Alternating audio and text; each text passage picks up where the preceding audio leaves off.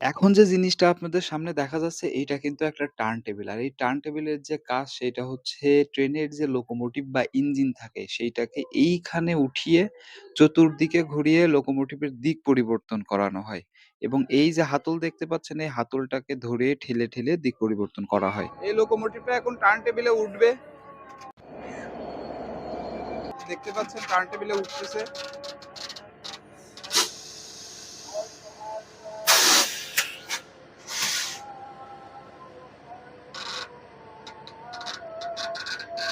Locomotive এখন turn টেবিলে রওনা দিয়েছে, টার্ন টেবিলে উঠছে।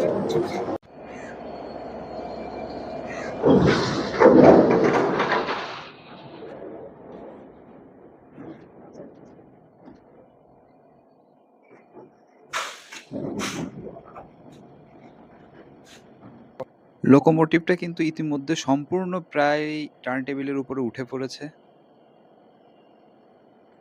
সম্পূর্ণ ইঞ্জিন টার্ন টেবিলে উঠার পরে যে হাতল ২ টা রয়েছে বা হ্যান্ডেল ২ টা রয়েছে, এই ২ টা দিয়ে ঘোরাতে থাকলেই মূলত ট্রেনের যে দিক পরিবর্তন করার প্রয়োজন হয়, এই লোকোমোটিভটার দিক পরিবর্তন করা হয়ে যাবে।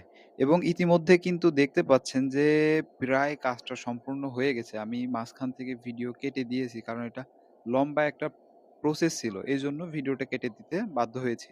তো দেখতে পাচ্ছেন যে সম্পূর্ণ কিন্তু ঘোরানো হয়ে গেছে। মূলত এইভাবেই একটা লোকোমোটিভকে আ টার্ন টেবিলে উঠানো হয় এবং টার্ন টেবিলে উঠিয়ে তার দিক পরিবর্তন করা হয়।